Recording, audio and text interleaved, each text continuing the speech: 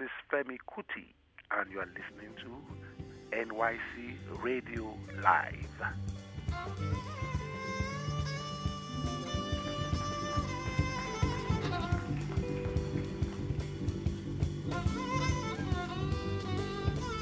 All right, you're listening to NYC Radio Live. David Ellenbogen here. Great to have you. Very exciting show here today. We are going to share an episode that first aired just after John Coltrane's birthday. I think a year ago, maybe it was 2 years ago, but it was the birth of Brooklyn Raga Massiv's Coltrane Legacy Tribute. And since then, like so many other things you heard here first, the project has grown and found an audience and an amazing life of its own. And in fact, their album is dropping very, very soon. I'm looking at my calendar. It's dropping Friday, June 23rd, and they will be opening for Pharoah Sanders at Celebrate Brooklyn in Prospect Park. That's June 23rd, and that's going to be the album release date as well. Really exciting that these guys are going to be sharing the stage with a living legend. And this is one of my favorite episodes ever. The lineup is Sameer Gupta on Drumset and Tabla, Brandee Younger on Harp, Jay Gandhi on Bansuri, Arun Ramamurthy on Violin, Pawan Benjamin on saxophone, Trina Basu on Violin, Neel Murgai on Sitar, Tyree on guitar, Rashaan Carter on bass, and Michael Gam on bass, two bass players. And there were also these amazing special guests, Roopa Mahadevan and Yang Threadgill on vocal, Anupam Barkar on Sarod, Jessica Lurie on saxophone, Ken Shoji on violin, Dawood Kringle on Dilruba, our own Giancarlo Luigi on shaker, percussion. Got all that. So you're going to want a copy of the album that's coming out. It's this band's live performance without all this talking and stuff, and beautifully mixed. And we're going to be sharing that with you right now. So I hope you enjoy. I do want to let you know that the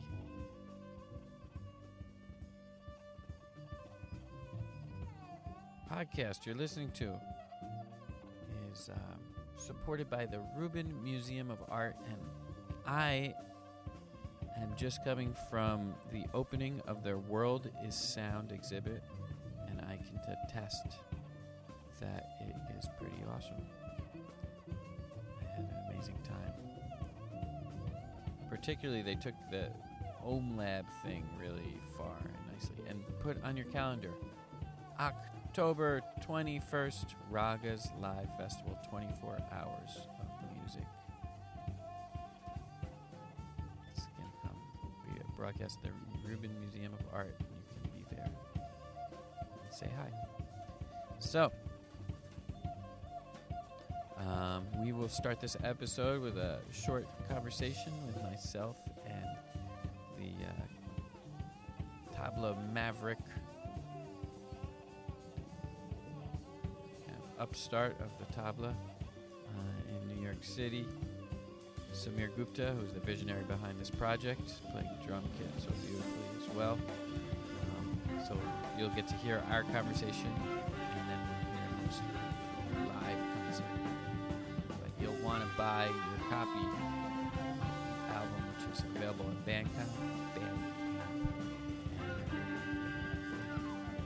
All right. Well, thanks for listening. You're going to enjoy this. I think it was so special. Let's start with one, just to wet your whistle. We'll start with the opening track of this performance, and then we'll have that conversation with Sameer Gupta and then hear more of the concert. Sounds like a good plan? Good. Here we go.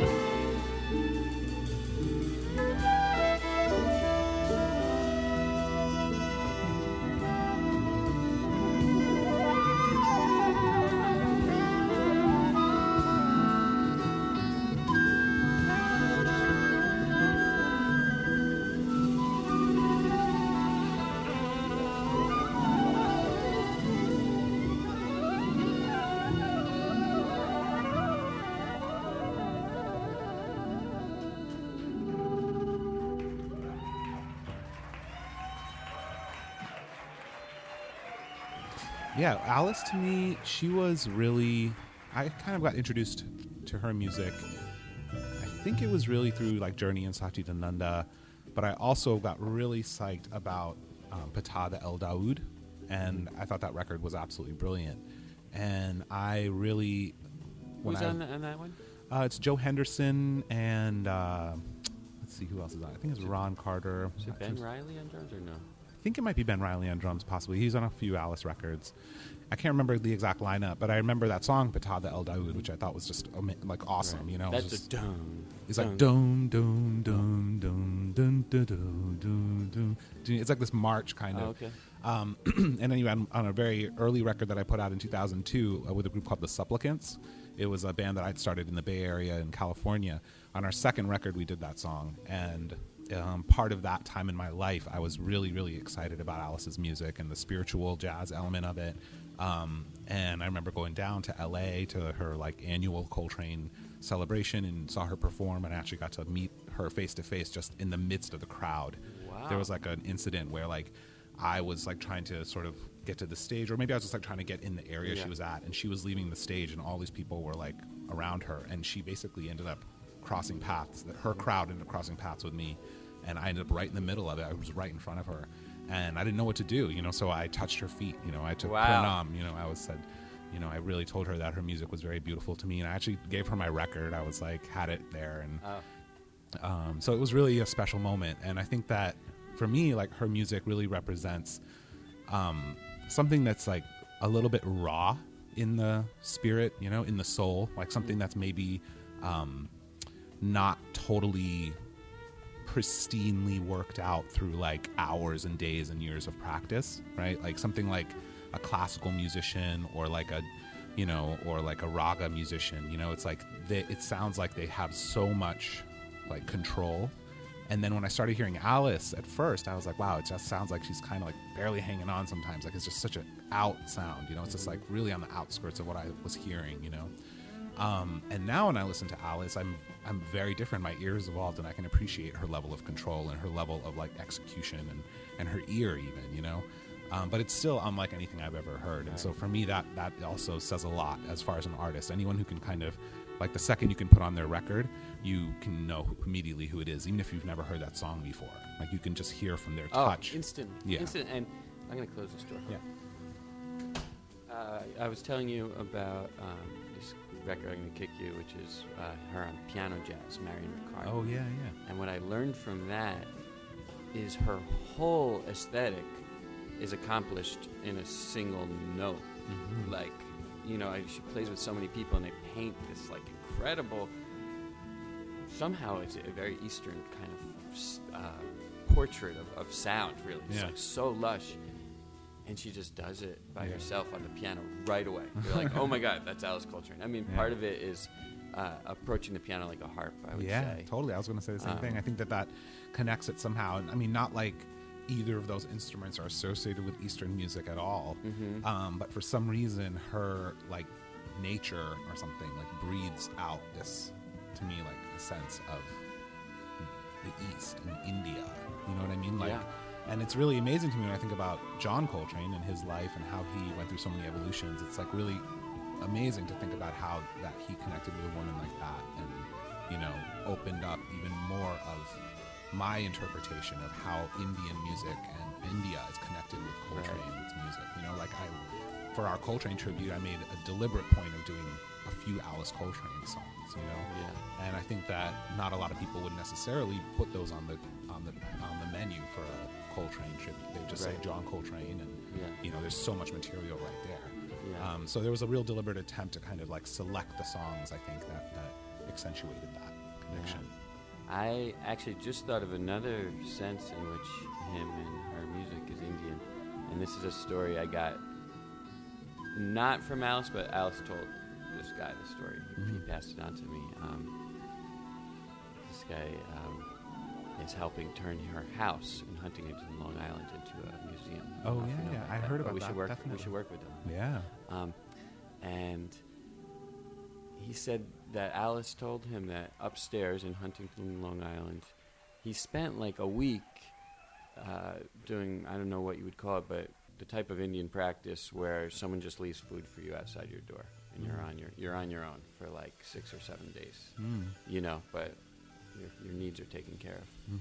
You know, obviously he was doing a lot of meditating, which was important to him, and he emerged beaming with sheet music in his hands. Oh yeah. And it was a love supreme. Yeah, totally. Yeah. So I mean, I never really put that together as another sense that he had. So for you, I hear it even in his free stuff. I hear something of that same mission almost. I don't know if you feel the same way. Like, well, I mean, I think that I definitely hear it in the connection of like meditation. You know, to me, that meditation is a process where you sort of turn inward and you feel the infinite. And I think that for his later music, I think that Coltrane really, you know, went there. You know, because like his sound was like just free of any tethers. Like it was just like completely like you were just in outer space. Like, you know what I mean? It felt that way at times, but in a way, outer space is like such a silent place, and so it's like it's odd to think that there would be that kind of music happening in outer space. But to me, it's like that's where it takes me. Like it takes me into the sense of the infinite. You know, that limitless potential of like what is it that exists and what is reality and what is the universe. And it's just there is no limit. There's no understanding it. There's no trying to grasp it or put it into some sort of box. You know what I mean? And I think that that's what his music represented to me. It represented like, you know, just totally a free spirit, you know? And I think that when you see his attitude towards it, right, it's like that makes it even more meditative, you know? Like, because he was such a calm person, right? Like he was like such a thoughtful person. He was so he was just very human in a way. You know what I mean? He was like he seemed like a type of person that you would, like Alvin said, like you would take a bullet for him. You know what I mean? And I think that that kind of thing says a lot about his humanity, right? So I think that to see that in a person and then to see how they show this, you know, limitlessness of colors in music and the sound, and it's just like still sheets of sound, but it's just like, oh my God, like what is going on? It's just like, you know, it's even like you didn't think he could turn on the faucet of creative flow anymore, and he found some other levels. It's just like a waterfall suddenly of, you know, sound. It's just like amazing. That's sort of where it takes me, you know. And I think that Indian music to me has that sense of like a spectrum, right? So like it's a journey, and I think that when you start out, it's very calm and peaceful. When you get to the end, it feels like that ecstatic place where you know, and a lot of times the level of virtuosity is like insane at that level. It's almost like they're not even people playing it. It's like their hands are going so fast, or they're blurring, you know, and the precision is like, it's so hyper precise. It's just almost unworldly. It's like superhuman or something, you know? And to witness that and to see it happen is like, I don't know, to me it's reminds me of meditation too. It makes me think about magic. It makes me think about like levitation and stuff, like, you know, like I would wonder sometimes you could make like a little animated video with an Indian classical musician just playing at the end of a concert, and like you can feel like the energy escalating, and then they just start levitating. You know what I mean? And you see them under their legs start to lift up. That'd be pretty easy to pull off in cartoon form. Yeah. Get on there. I think I saw it happen once. In real life? Yeah. Oh, yeah. I believe it. Wow. And, you know, I think what you're saying right now about the infinite in something like an out free jazz type situation, which I also have to say, I felt in my early journey of producing music, I got thrown into producing a lot of free jazz concerts. In a way, it was a little hard for me because I'm like, they don't go after the audience in the way that I feel compelled to. Like, you know, make everybody feel comfortable. Right. You know, I think that's a great point. I think that a lot of the free jazz movement came out of an era in humanity where like people were not comfortable, and being too comfortable was actually causing a problem in society. And I think that, you know, I think that like a lot of it has to do with a sense of wanting to make everybody happy. you know, which is it's also sort of a little bit too it's too easy, you know. It's like that's not really why we're here. Even though we love making people happy and it's in our nature to do that, we can actually do more, and we can help people feel that like they're being expanded, and then potentially even more happiness can be achieved, you know. And sometimes, even as we were talking earlier, sometimes it takes some harsh moments, and it sometimes takes putting someone out of their comfort zone. But then the benefit of something like that is actually great. You know, you end up having a deeper relationship with something. And the same thing happens with music. You know, it took me a long time to appreciate Sun Ra. And I think that even though at a surface level, when I first heard Sun Ra, I was like, okay, like Sun Ra stuff sounds unique, and I love it for that. I think later I started to really want to hear that sound. You know, I found it to be something I didn't realize music could be like that. And once I realized it later, I wanted to be a part of that. You know, and I embraced that more. But maybe the initial process of it was very uncomfortable. Also, I think it's a music that has to be experienced live. It's not really translated in recording. Like when you go to a free jazz an event, like say Sunrise Orchestra, you're gonna experience a deliverance like going to a Pentecostal church, if that's your thing. Like you're gonna get there. You're gonna be whipped into a frenzy in some kind of way, because that's the only way to survive almost. You're getting so much information thrown at you and so many new ideas.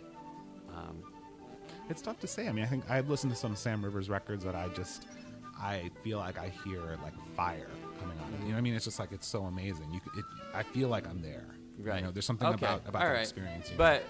But still, like, if one is trying to understand this music and they've never seen it live, what you're not, there's like a whole spiritual thing that you're not seeing, and like, and there's a reverence, you know, in the audience too. Like they get it. Like it's very shamanic, I would say. And if you're gonna listen to like shamans on record, you might be like, okay, I get it. It's like this pentatonic thing. Yeah, I get it. Right. No, I think that there's, again, I think that in one thing I've learned is just that the listener and the person who's experiencing the music, like they are the only person who can define what it means. You know, it's kind of like interpreting a dream, right? It's like you're the only person that can actually say whether an interpretation is correct or not about a dream you have. Right. So to me, it's like, even if you're a really serious Indian jazz musician, let's say, right, and you listen to some Indian classical music, there'll be certain elements from your frame of reference that will make you sort of logistically, you have to understand it in the terms you know. So you're like, okay, it is a pentatonic. Sure. Right. Yeah. But the fact is there's a lot more going on there than just that. Yeah. And if you sort of can come on over and say, what's going on here? Like, I know that you guys are using a pentatonic, but that's not all I'm going to take out of here. I'm going to try and take something else. Then you start to appreciate the significance of those notes and the significance of how one moves between those notes and sort of what those motions mean. And those motions in Indian music are they're definitive, you know, like it's not even just about the notes, it's about what words are sung on those notes in what composition. And that you have to understand that context, you know what I mean? Without that context, you can understand it as a pentatonic. You know, you could understand it as something that's harmonically, possibly like very simple harmonically. It's modal. Right. That's like, those are terms that seem simple only because in American or Western music, we should say, the harmonic complexity has gone through great evolution. Even though, And so for them, a modal piece, or a piece that only adheres to 5 pitches and doesn't change the bass, something like that seems very maybe basic. Right? But the fact is like that basic thing is a building block for a whole nother music from a whole nother part of the world that has reached high levels of improvisation and artistry and virtuosity. So when you think about those basic building blocks, you can't reduce those down to anything, right? They're the basic components, and everything is built on top of that. And so like you have to sort of be able to say, you have to come down to that level essentially, you know, as a listener and as a practitioner. I think as a musician, you have to come down to that level. I don't want to say anything is like down or beneath of something else, but when I say down, I mean you need to go down to the building blocks. You need to look that low, but you also need to lower yourself that low so that you're seeing it as somebody who appreciates it. And you appreciate that this is where it's starting, and now what's the next step up? What's the next step up? And now you see that, oh shoot, there's like a huge staircase that goes to the top of a tower, and this tower was built on only 5 pitches maybe.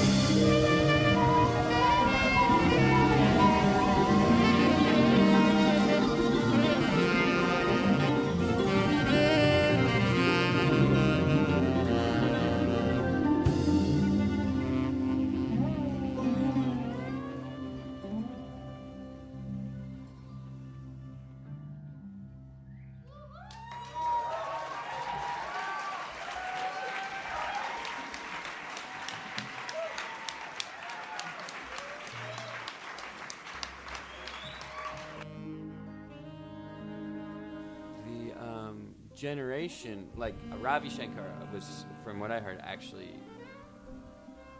disturbed by Coltrane's latest music. He didn't understand it. He said it sounded angry. He didn't get it.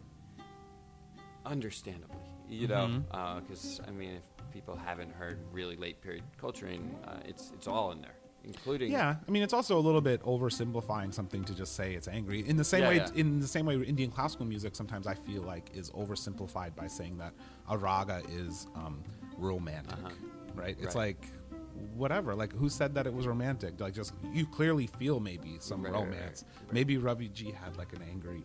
Maybe he had a bad day when he heard that or something. I don't know. I mean, in some situations, I think he maybe wouldn't feel that way, depending on like maybe the context that he was coming to it with. Right. And I think that, you know, for me, that's the sort of level of respect that it takes to really like bring these worlds together. You know what I mean? Like, I agree with you that like those are that's like a thing that keeps these. It's clearly an example of how these worlds are not seeing each other, right? Because like in one side of the fence, this free jazz, quote unquote, cacophonous noise music is looked at as very beautiful and very like liberating and spiritual.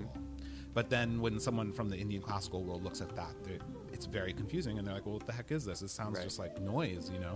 So we can definitely appreciate both sides of the fence, but there is a disconnect, right?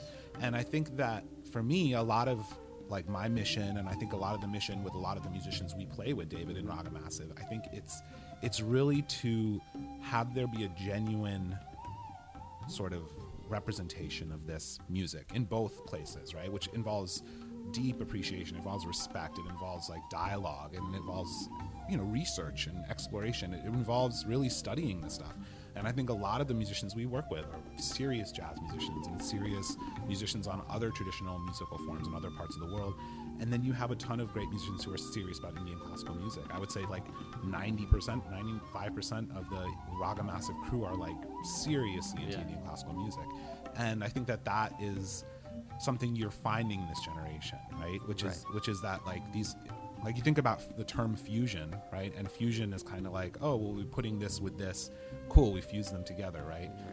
Now, like, think about that as a person, right? Like, you know, you're not fusing two people together to create a new person, right? If you were to define this new person, it would be so offensive to just say like, oh, you are a fusion of this person and this person, right? Like that would just, to me, that would really bother me. I'd be like, that you're really missing a ton of who this person is. You know what I mean? And to me, like the music is like that. Like in our generation, this music that from different parts of the world, it's all coming together in us as people, you know? Like when we're playing a Raga Massive show, you're going to hear like some funk music possibly. You're going to hear some Indian classical music. You're going to hear some like, you know, music that has kora, right? Or music that has like recorder, you know, like all kinds of different instruments are going to come in, and the love and like the genuine respect and understanding of like this musical language, trying to bring it all together in a real heartfelt, genuine human way. I think that's what essentially carries it through these difficult waters of how things are how the miscommunication is happening, why is there a disconnect, how is there a disconnect, how is it that cacophonous music and really out of tune music is looked at as beautiful by other people, you know, and how is it looked at as, you know, beautiful that this music is noise by some other people, you know what I mean? Like these kinds of questions are there, but the thing that'll really get us to the resolution will just be essentially a real deep appreciation of these styles and how they can come together, right? And that happens in these musicians. It happens in the like artists who we're playing with in Brooklyn and stuff. Yeah, you know, my favorite moments from these concerts were when one person in the band, a couple times, like Pawan Benjamin, who I thought handled the role so tastefully. Yeah, at the Coltrane thing? Yeah. He would just throw in a hint of a different language that Coltrane spoke, because he invented a lot of languages, you know, musically. And he'd just throw in a little bit of like, this is Coltrane's like kind of free thing, or, you know, and instantly Jay Gandhi would pick up on it, because Jay is very deep into Coltrane, and Jay understands that language. And then Arun would pick up on violin, he'd pick up on that language, and it was like that level of respect for the other quote side of the music. That's what I've never heard done before between Indian and jazz music, and my experience of searching for it. This new generation, that it's really who they are. I think that's it. It's not even like you don't think that it's anything other than just the music that these people are playing, you know, because it just has that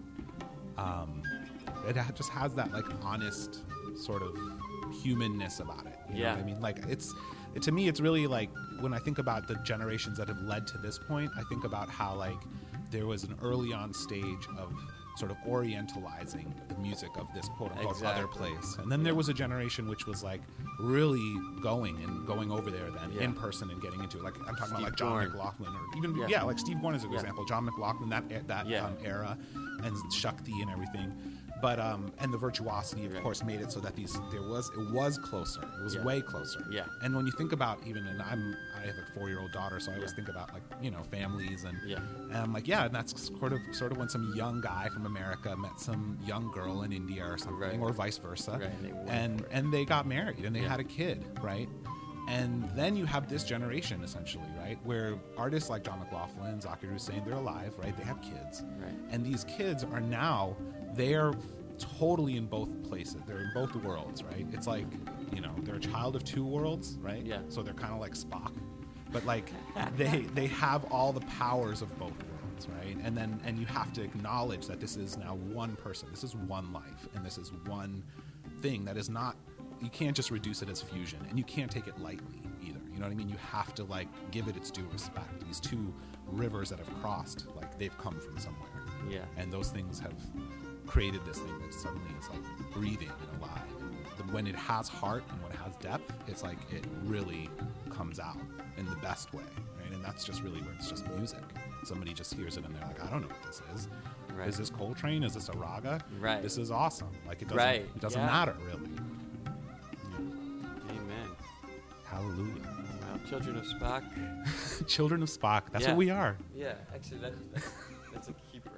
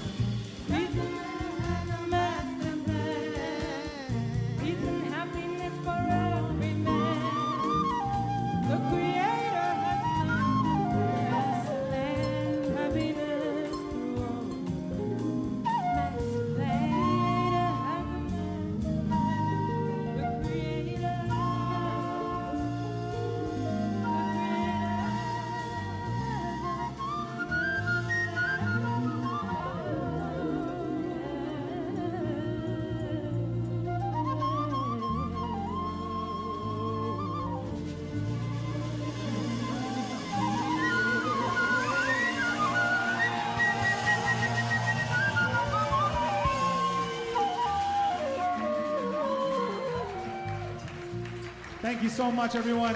Paying Threadgill. Roopa Mahadevan. Brandee Younger. Ben Tyree. Rashaan Carter. Michael Gam. Jay Gandhi. Arun Ramamurthy. Pawan Benjamin. Neel Murgai. Giancarlo Luigi. I'm Sameer Gupta. Bunch of guest artists. Coltrane Raga Massive. Pioneer Works. John Coltrane.